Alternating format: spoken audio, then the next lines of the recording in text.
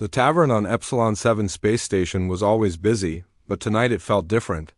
Aliens from across the galaxy sat at metal tables, drinking strange liquids and sharing stories. The air smelled of engine oil and foreign spices. In the corner, away from the main crowd, sat a figure that made everyone nervous. Commander Zekthal was not like the other aliens in the tavern. His forearms were covered in old scars, and his compound eyes had seen too much death. The Vexian warrior had fought in wars across 3 different star systems, but tonight he looked tired and old. Young aliens whispered about him, wondering. If the stories were true, a group of Zephyrian cadets approached his table.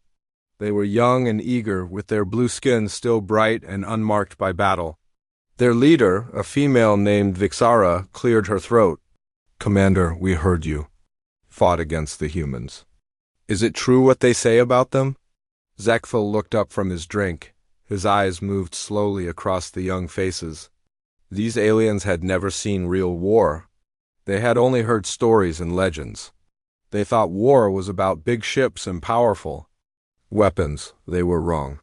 "Sit down," he said in his rough voice, "but understand this. Once you hear what I have to say, you will never sleep well again. The humans are not what you think they are." The cadets sat down quickly. Other aliens nearby turned to listen. Stories about humans were rare, and most people thought they were just myths. The human war had ended 5 years ago, but few survivors ever talked about it. Zekthal took a long drink and began to speak. "I was a fleet commander when we first encountered them.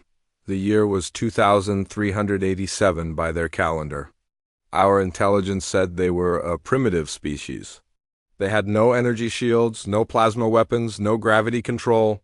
Their ships were made of metal and burned chemical fuel. We thought it would be easy." He paused and looked at his 4 hands. The scars on them were white against his gray skin. "Our first battle was near their colony world of New Austin. We sent 50 ships against 1 human vessel, just one. It was called the USS Liberty, commanded by someone named Captain Jake Morrison. The ship looked like scrap metal held together with hope. We laughed at it." The young aliens leaned forward. This was not how war stories usually began. The Liberty had no shields. No plasma cannons? Just primitive kinetic weapons that fired metal bullets. My tactical officer said it would take them 1,000 shots to damage one of our ships.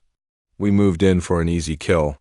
Zekthal's voice grew quieter, and the aliens had to strain to hear him. Captain Morrison did something no alien commander had ever tried. He turned his ship's nuclear reactor into a weapon. He created what they call a controlled overload. The entire reactor began to melt down, but instead of destroying his ship, it created an electromagnetic pulse. One of the cadets gasped. "That's impossible. The radiation would kill everyone." "That's what we thought too," Zekthal continued. "But humans are different." They had built a special compartment in their ship, lined with lead and other metals. When the reactor overloaded, half my fleet lost all power. 25 ships just floating in space, helpless. He took another drink, and his hands shook slightly. But that wasn't the worst part. While we were trying to restart our systems, the Liberty used small thrusters to move closer. They launched boarding pods at our disabled ships. Humans in crude spacesuits, carrying weapons that looked like they were made in a garage. The tavern had grown quiet. Even the aliens at other tables had stopped talking to listen. The humans didn't fight like soldiers. They fought like hunters. They moved through our ships using maintenance tunnels and air vents, places too small for most of us to fit. They used our own ship systems against us. They turned off our gravity. Our lights, our air recycling, they made our ships into traps. Zekthal's voice grew harder. On my flagship, a human team led by someone called Lieutenant Ben Adams took control of our navigation system. They made our ship spin so fast that half my crew couldn't stand up. Then they pumped our air full of some chemical that made us dizzy. And sick, it didn't hurt them at all, but it made us helpless. The Zephyrian cadet named Vixara spoke up. "But you had superior numbers and technology. How could they win?" "Because we were fighting the wrong war," Zekthal replied. "We expected." them to fight like civilized beings. We thought they would use proper tactics and follow the rules of war.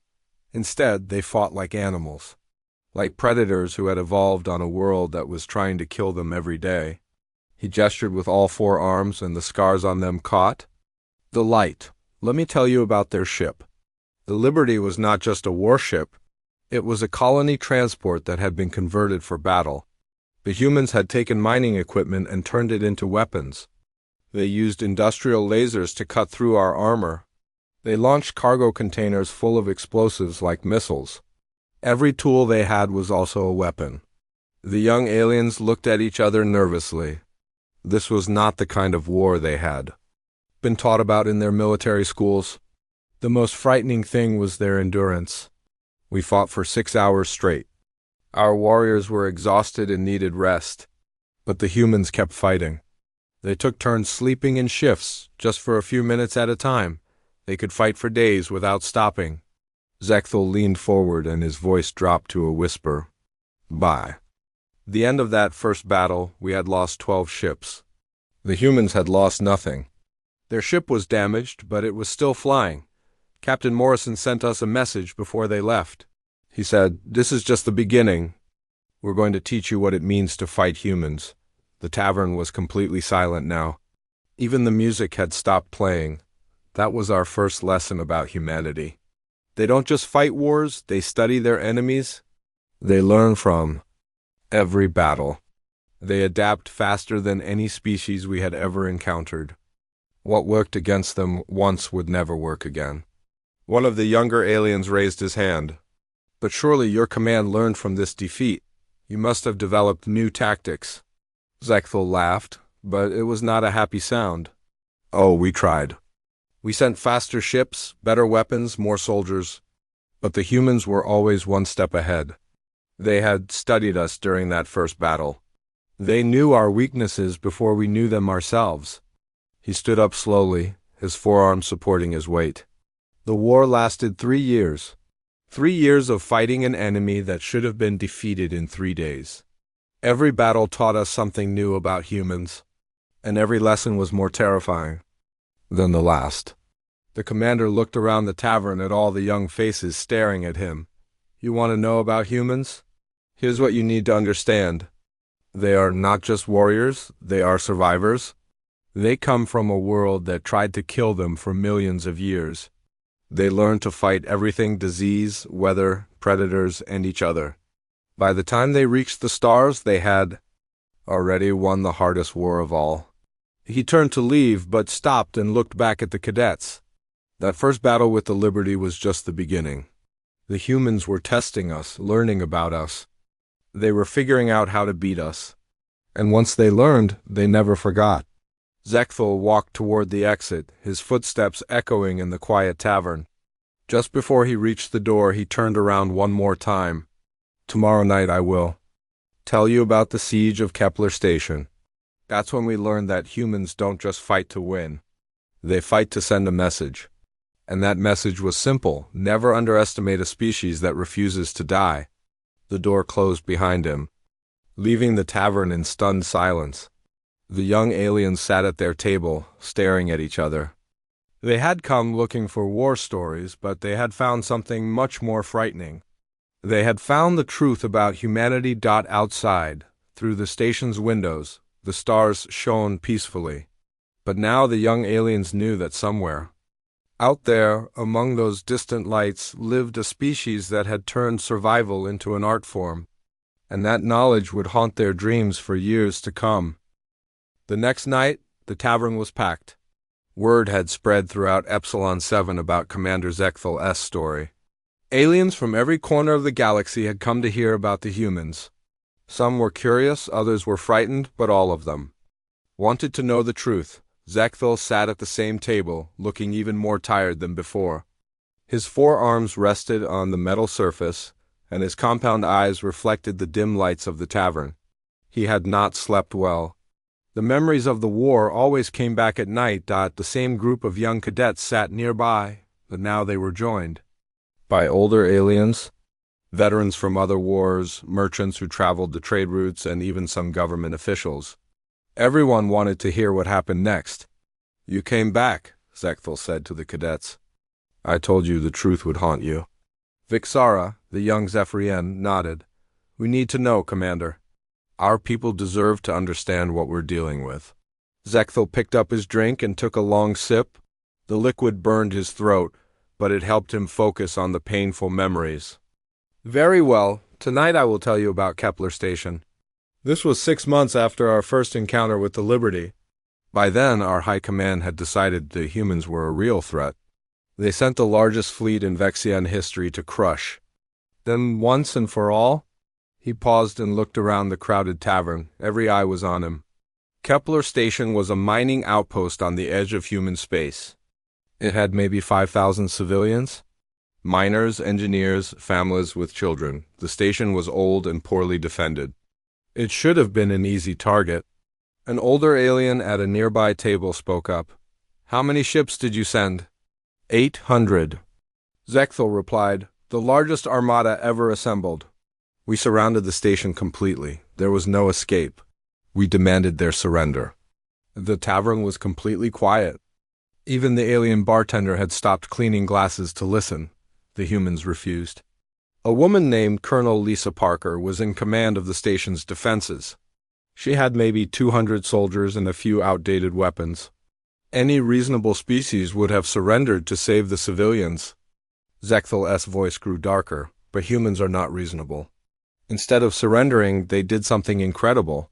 They turned the entire station into a weapon. He stood up and began to pace, his forearms moving as he spoke. Kepler Station was built for mining asteroids. It had industrial equipment that could cut through solid rock. The humans took those mining lasers and turned them into anti-ship weapons. They repositioned them to fire at our fleet. A young alien gasped. "Mining lasers can't hurt warships." "That's what we thought," Zechthel continued. "But the humans didn't use them like weapons. They used them like tools. They focused multiple lasers on single points of our ships. They cut through our armor like it was paper." He stopped pacing and looked directly at the cadets. But that was just the beginning. They had ore processing facilities that could crush tons of rock. They turned those into ammunition factories. They melted down metal from the station and made it into projectiles. They fired chunks of processed iron at our ships using magnetic accelerators. An older crystalline alien in the back of the tavern spoke up. "Surely your shields could stop simple metal projectiles." Zechthel laughed bitterly. "You would think so. But the humans studied our shield technology during the first battle. They knew our shields were designed to stop energy weapons. They calculated the exact mass and velocity needed to overload our shield generators." He sat back down, his shoulders sagging with the weight of memory. The worst part was the gravity traps. Kepler Station had artificial gravity generators throughout the structure. The humans, led by Lieutenant Ben Adams and Sergeant Roy Campbell, figured out how to reverse them. They created gravitational anomalies around the station. The aliens in the tavern looked confused. Most of them had never heard of such a thing. Imagine flying your ship toward a target, and suddenly gravity pulls you in 3 different directions. At once, our pilots lost control. Ships crashed into each other. Some were crushed by their own weight when the gravity field became too strong. Zechthel took another drink, his hands shaking slightly. "We lost 40 ships in the first hour. 40 ships destroyed by mining equipment and gravity generators. Our admiral ordered a full assault. We thought we could overwhelm them with numbers." He looked up at the ceiling as if he could see through it to the stars beyond. "That's when we learned about human psychology. While we were trying to break through their defenses, they were breaking through our minds." The tavern was so quiet that the only sound was the hum of the station's life support systems. The humans began transmitting messages to our fleet, not threats or demands for surrender. Stories. They told us about their history, about battles where they had been outnumbered and outgunned. Zecthel's voice became softer, more frightened. "They told us about a place called Thermopylae, where 300 human warriors held off an army of thousands. They told us about the Alamo, where humans fought to the death rather than surrender. They told us about Stalingrad, where humans turned an entire city into a fortress and fought for every building, every room, every inch of ground. An alien merchant near the bar asked, "Why would they tell you their own defeats?" "Because they weren't defeats," Zechthel replied. "That's what we didn't understand. Humans don't see last stands as failures, they see them as victories. Every story they told us was about humans who died fighting, but whose deaths inspired others to keep fighting." He stood up again, his forearms gesturing wildly. "They were telling us that no matter how many of them we killed, there would always be more. That every human we destroyed would make the others fight harder. That surrender was not in their nature." The young cadets looked at each other nervously. This was not the kind of warfare they had been taught about. The siege lasted 2 months. 2 months of fighting an enemy that should have been defeated in 2 hours. Every day we lost more ships. Every day the humans found new ways to hurt us. Zechthel sat back down, his voice becoming quieter. "They turned the station's water recycling system into a weapon. They pumped superheated steam through the airlocks when we tried to board. They used the waste disposal system to launch garbage at our ships, clogging our engines and sensors." He paused and looked directly at Vixara. "But the most terrifying thing was their endurance. We fought in shifts, rotating fresh crews every few hours. The humans never stopped. They had organized themselves into teams that worked around the clock. While some fought, others slept. While some repaired damage, others planned new attacks." An older alien veteran spoke up. "How did it end?" Zechthel-S expression grew even darker. "We broke. Not the humans, us, after 2 months of losses, our fleet." Commanders began to question the mission. They started to believe the human stories. They began to think that maybe these creatures really were impossible to defeat. He took a long drink and continued. "Admiral Krextan ordered one final assault. He sent every ship we had left directly at the station. It was supposed to be a decisive blow that would end the siege." The tavern held its breath. The humans were ready for us. They had been preparing for this moment for weeks. As our ships approached, they activated every weapon they had built. Mining lasers, gravity traps, magnetic accelerators, everything. Zechthel-S voice cracked slightly. But that wasn't the worst part. As our ships died around the station, the humans sent one final message. Colonel Parker herself spoke to our fleet. She said, "We could have surrendered and saved everyone. Instead, we chose to show you what happens when you threaten human families. Remember this when you face us again." The silence in the tavern was deafening. "How many ships did you lose?" asked the crystalline alien. "Half the fleet," Zechthel replied. 400 ships. Destroyed by miners and engineers using industrial equipment. The humans lost the station, but they accomplished something more important. They taught us to fear them." He looked around the tavern at all the frightened faces. That's when our high command realized the truth.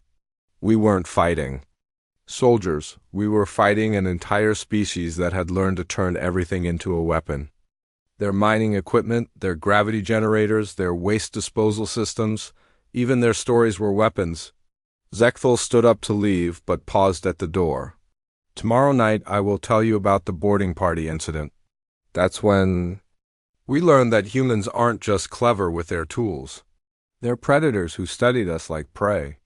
And once they understood how we worked, they came hunting." The door closed behind him, leaving the tavern in stunned silence. The alien sat quietly, processing what they had heard. The humans had turned a mining station into a fortress and held off a fleet 800 times their size. Outside the windows, the stars seemed less peaceful than before.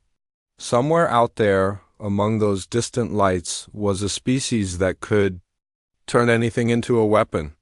And that knowledge made the galaxy feel much more dangerous than it had the night before. The third night brought even more aliens to the tavern. The stories of Commander Zechthel had spread across the entire space station. Aliens who had never heard of humans before now whispered about them in the corridors. Some said the stories were just myths, but others believed every word. Zechthel arrived earlier than usual. His forearms moved slowly, and his compound eyes looked tired. The memories were getting harder to bear. Each night he had to relive the worst moments of the war. But the galaxy needed to know the truth about humanity. The tavern fell silent as he took his usual seat. The young cadets were there again, but now they looked different. The innocence was gone from their faces. They had learned that war was not what they thought it was. "You all came back?" Zechthel said quietly. "Even after hearing about Kepler Station?" Vixara nodded. "We have to know, Commander. Our people need to understand what we're dealing with." Zechthel looked around the crowded tavern. Aliens from dozens of species sat at the tables. Some were taking notes, others were recording everything.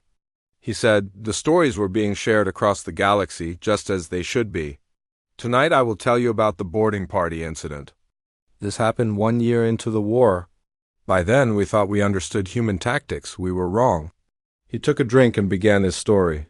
"My ship, the Vexion cruiser Deathbringer, was part of a battle group hunting human vessels near the Proxima system. We had learned from our previous mistakes. We kept our distance, used long-range weapons, and avoided close combat." The aliens leaned forward, eager to hear what happened next. "We found a small human convoy. 3 cargo ships and 2 escorts. The cargo ships looked helpless, barely armed. The escorts were old destroyers that should have been scrapped years ago. We thought it would be an easy victory." Zechthel paused, and his hands clenched into fists. "We were wrong. The convoy was bait. As soon as we engaged, human reinforcements appeared.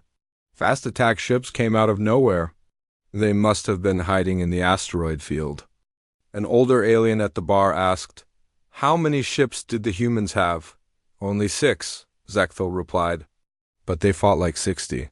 They used the asteroids as cover, appearing and disappearing like ghosts.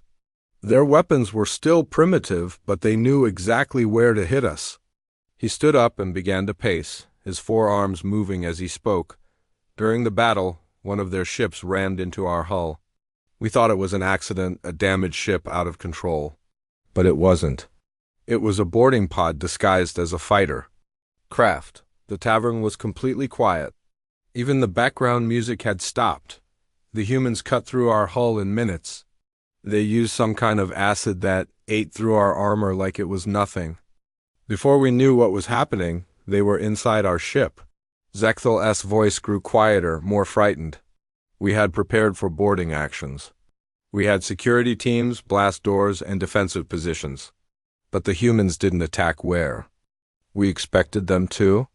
He stopped pacing and looked directly at the young cadets. "They came through the ventilation system. Spaces that were too small for any of us to fit through. The humans crawled through air ducts, maintenance tunnels, and waste disposal pipes. They moved through our ship like parasites." A young alien gasped, "How is that possible?"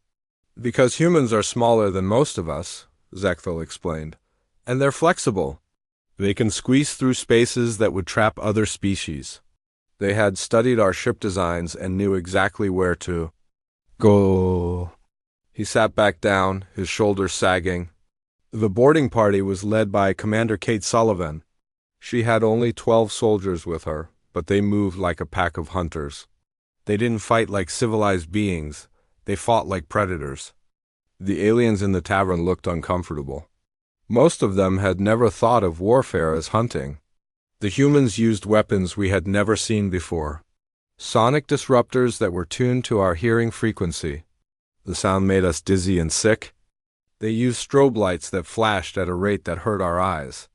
They pumped chemicals into our air system that didn't affect them but made us confused and weak. Zechthel took another drink, his hands shaking. But the worst part was how they moved. They had studied our biology, our reflexes, our weaknesses. They knew things about us that we didn't know about ourselves? An alien merchant asked. "What do you mean?" "They knew that Vexians become disoriented in rotating gravity fields. So they took control of our artificial gravity system and made it spin. They knew that our compound eyes can't focus in certain light conditions. So they used lights that blinded us but didn't affect them." Zechtel's voice became barely a whisper. They knew that our hearing is sensitive to high-frequency sounds. So they used ultrasonic weapons that caused us pain but were silent to them. They had turned our own biology against us. The tavern was so quiet that the only sound was the hum of the air recycling system. The humans moved through our ship in small groups. Staff Sergeant Mike Torres and his team took control of our engine room. Corporal Amy Chun and her squad captured our bridge. They didn't try to hold territory. They just disabled everything and moved on. He looked up at the ceiling, as if he could see through it to the stars beyond. While they were hunting us, they were also talking to each other, but not in any language we could understand. They used hand signals, sound codes, and even smell markers. They communicated like a pack of wild animals. An older alien veteran spoke up. "How long did the boarding action last?" 18 hours, Zekthel replied. 18 hours of being hunted on our own ship. We had 300 crew members, they had 12. But they controlled the ship. He stood up again, his forearms gesturing wildly. The humans didn't just fight us, they terrorized us. They would appear in a corridor, strike fast, and disappear before we could react. They used our own ship systems against us. They turned off our lights, our heat, our air. They made us afraid to move through our own vessel. The young cadets looked at each other nervously. This was not the kind of warfare they had been taught about in their academies. The most frightening thing was their endurance. We fought in shifts, rotating fresh troops every few hours, but the humans never seemed to get tired. They kept fighting for hours without rest. Zekthel sat back down, his voice becoming softer. Later, we learned why. Humans had evolved on a death world. Their planet was full of predators, diseases, and natural disasters. They had to be able to fight continuously just to survive. Their bodies were designed for endurance hunting. He paused and looked directly at Vixara.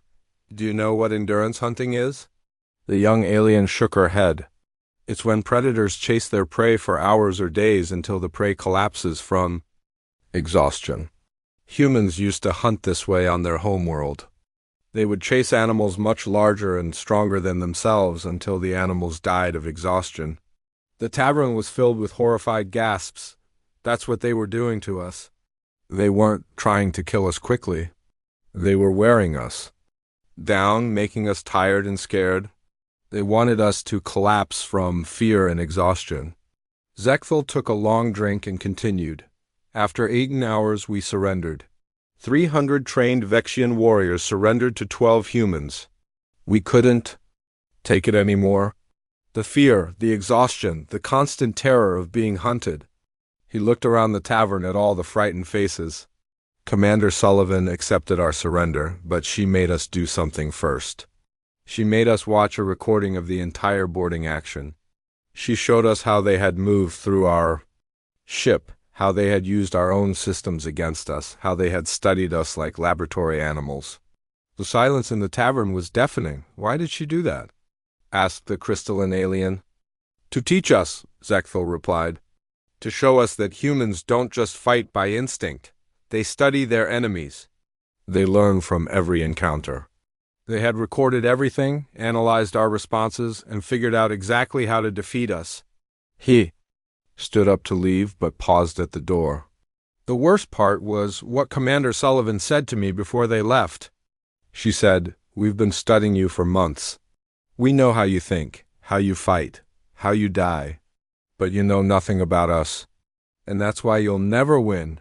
Zekthel opened the door and looked back at the shocked faces in the tavern. "Tomorrow night, I will tell you about the deception campaign.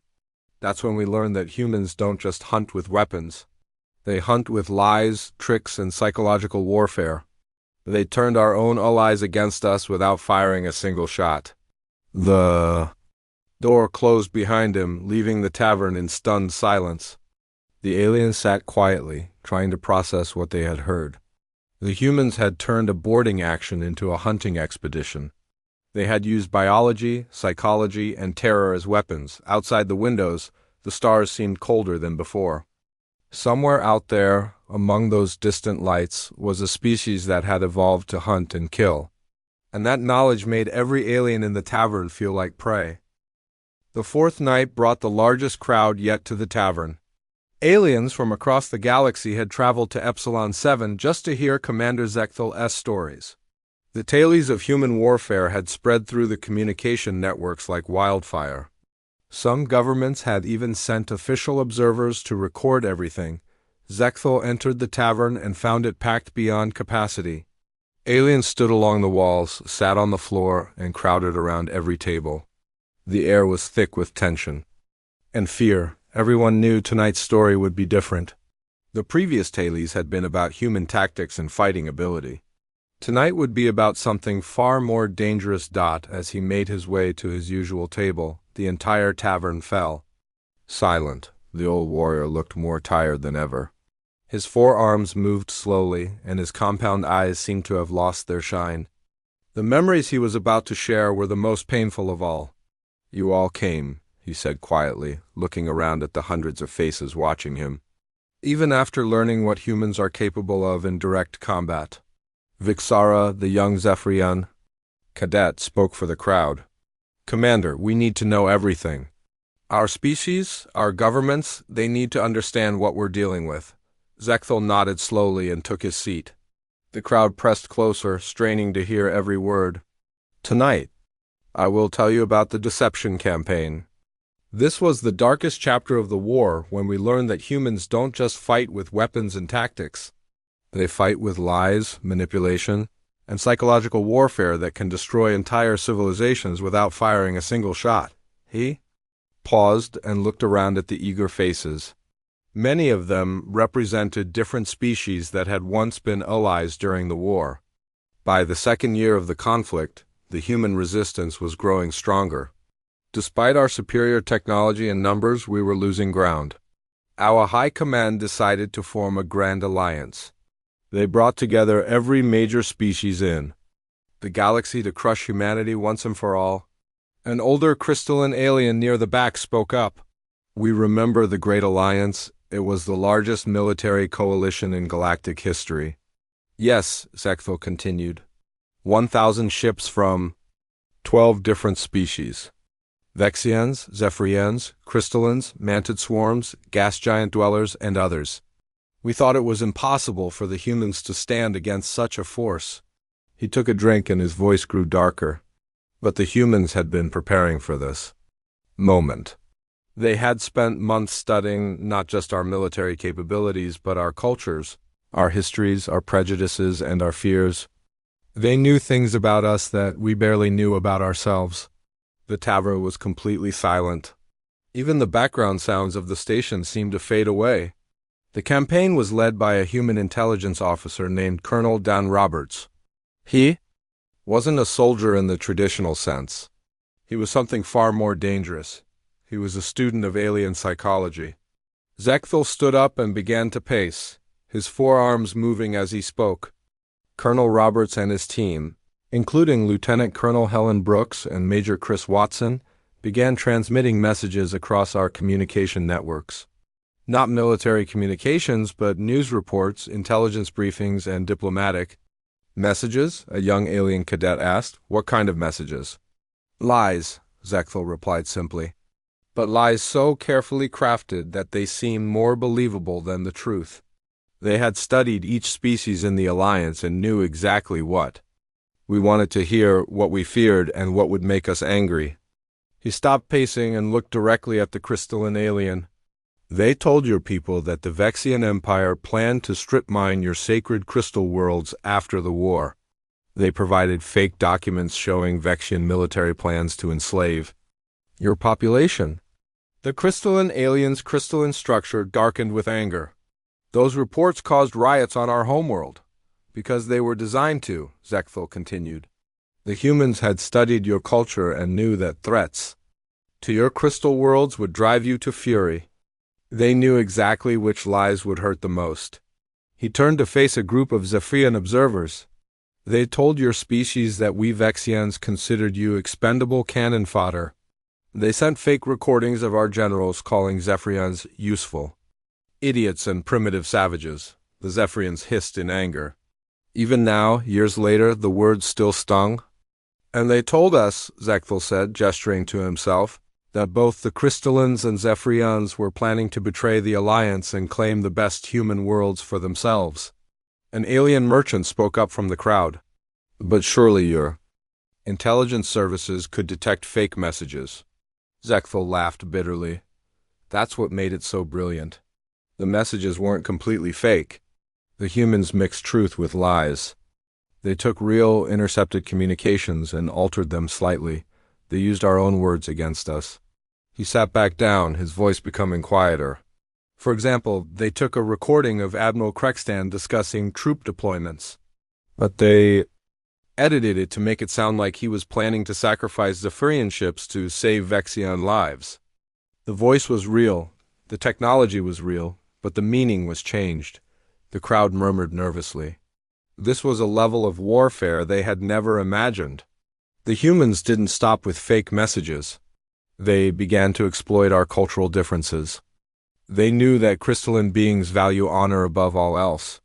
So they spread stories about how other species in the Alliance had insulted crystalline honor. Zekthal's voice grew more frightened. They knew that gas giant dwellers fear contamination from solid matter species. So they planted evidence that we were planning to introduce toxins into their atmosphere.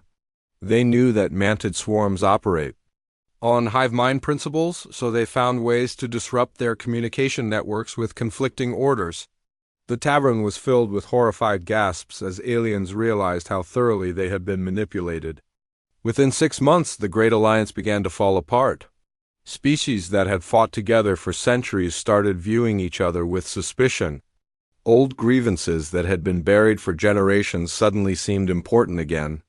An older alien veteran asked, "How did you discover it was human deception?" "We didn't," Zekthal replied. "Not at first. Each species thought the others were really plotting against them. We started repositioning our fleets to defend against our allies instead of attacking the humans." He stood up again, his forearms shaking with emotion. The humans watched us tear ourselves apart and did nothing. They didn't need to fight us anymore. We were fighting each other.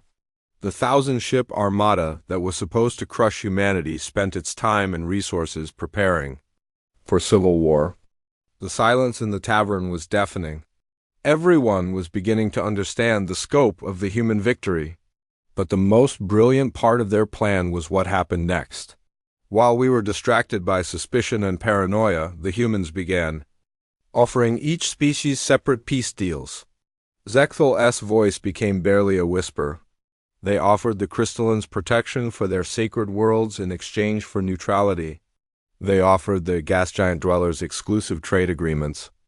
They offered the Zephyrians advanced technology.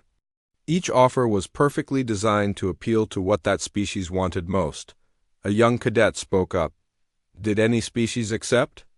"3 of them did," Zekthal replied. The Crystallans withdrew from the Alliance first, followed by the gas giant dwellers, then the Quantari Collective.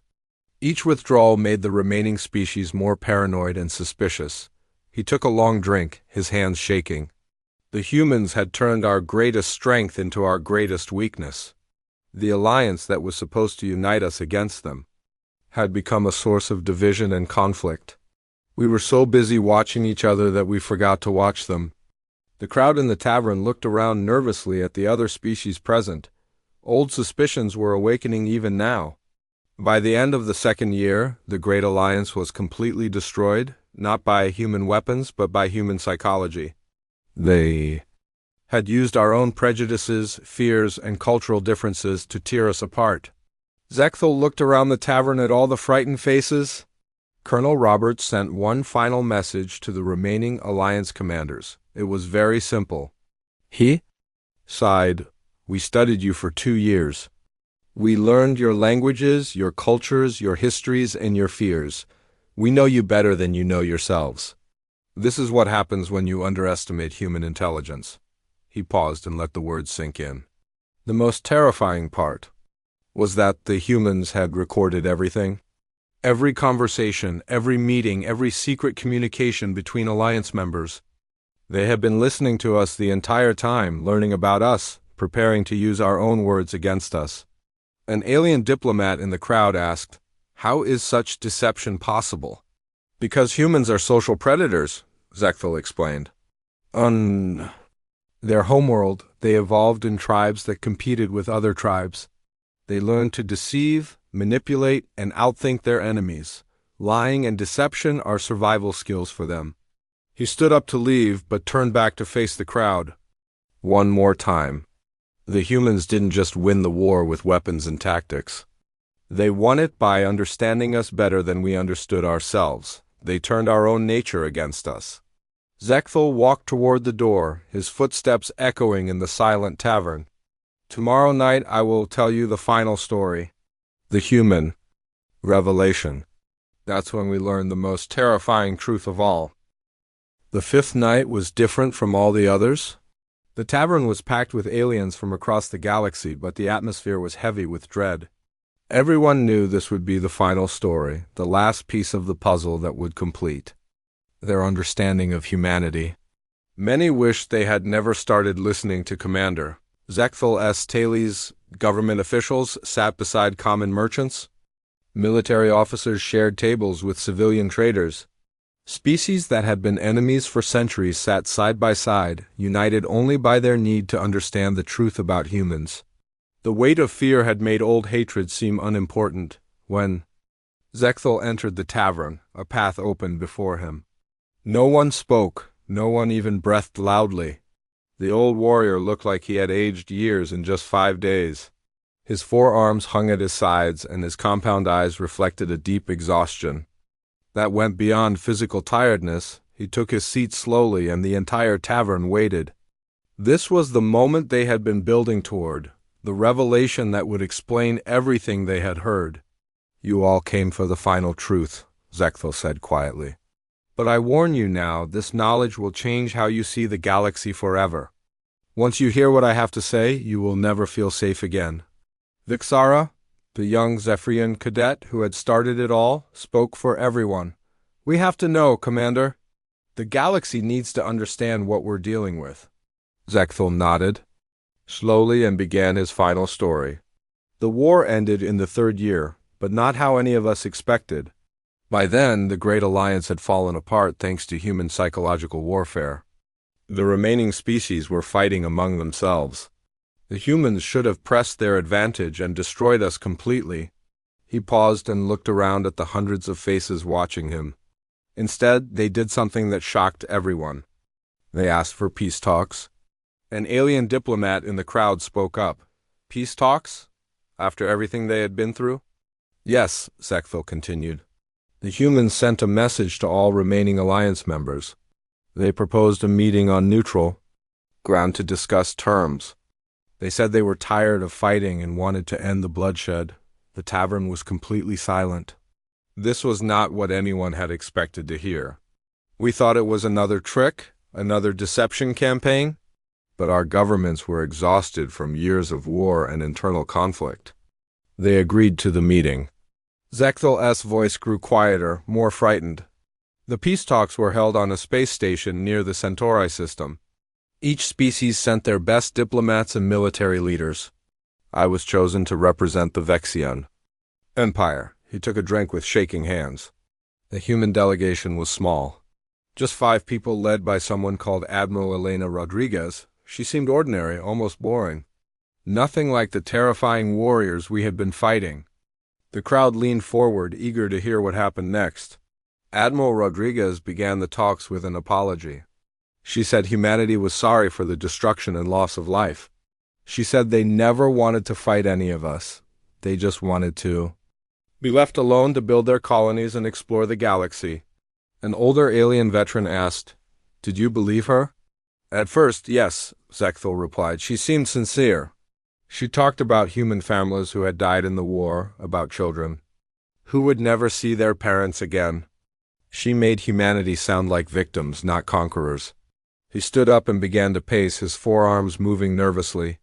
Then she began to discuss peace terms. The humans would share their medical technology to help treat war wounds. They would provide agricultural knowledge to help feed refugees. They would offer engineering expertise to rebuild damaged worlds. The aliens in the tavern looked confused. This did not sound like the humans they had been hearing about. But there were conditions, Zekthel continued. Small ones, she said. The galaxy would acknowledge humanity's right to exist and expand. Any attack on human civilians would be considered an act of war against all human colonies. And there would be consequences for species that broke the peace. His voice grew darker. We asked what kind of consequences. Admiral Rodriguez smiled and said, "Let me show you what we're capable of when we're not fighting for our lives." The tavern held its breath. She activated a holographic display that showed a human ship approaching our position. But this wasn't like any human vessel we had seen before. It was massive, sleek, and obviously built for war. Zekthel's hands clenched into fists. The ship was called the Use Vengeance, commanded by Captain Elena Rodriguez's sister, Captain Maria Rodriguez. As we watched, it began to demonstrate human military technology. He sat back down, his voice becoming barely a whisper. The ship moved faster than anything we had ever seen. It appeared and disappeared at will, manipulating space-time itself. It fired weapons that could crack planets and shrugged off attacks. That would have destroyed our largest warships. The silence in the tavern was deafening. But that wasn't the worst part, Zekthel continued. Admiral Rodriguez explained that the UES Vengeance was just one ship from Earth's home defense fleet. She showed us long-range scans of the Sol system, and we saw hundreds of similar vessels. An alien merchant gasped. Hundreds? More than that, Zekthel replied. She told us that Earth maintained a fleet of over 2,000 warships, all equipped with technology that made our best vessels look like toys. He looked around the tavern at all the shocked faces. Then she told us the truth that changed everything. The humans we had been fighting, the ones who had defeated our fleets with mining equipment and improvised weapons, were not soldiers. They were colonists, researchers, miners, and farmers. The crowd erupted in horrified gasps and whispers. Admiral Rodriguez explained that Earth's military had strict rules about intervening in colonial conflicts.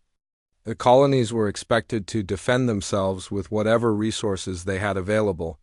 Earth would only send the real military if humanity itself was threatened with extinction. Zekthel's voice cracked with emotion. She said, "You've been fighting our teachers, our shopkeepers, our children, people who learned to fight by reading about it in books and practicing on weekends, and they still defeated you." The tavern was filled with the sound of aliens struggling to breathe, to process what they were hearing. But then Admiral Rodriguez showed us something even more terrifying. She displayed a list of every battle we had fought, every tactic we had used, every weakness we had revealed. The humans had been studying us the entire time. He stood up again, his forearms shaking. She said, "Every species that fought us has been catalogued, analyzed, and countered. We know how you think, how you fight, how you can be defeated. The next time someone challenges humanity, they won't be fighting civilians learning as they go. They'll be fighting soldiers who already know everything about them." The crowd was paralyzed with fear. Admiral Rodriguez made it clear that humanity could have ended the war at any time. They could have sent their real military and destroyed every Alliance fleet in days. Instead, they chose to let their colonists fight, to learn about us, to study us like laboratory specimens. Zekthel's voice became barely audible. She said the most terrifying words I have ever heard. "We let you think you were fighting a war.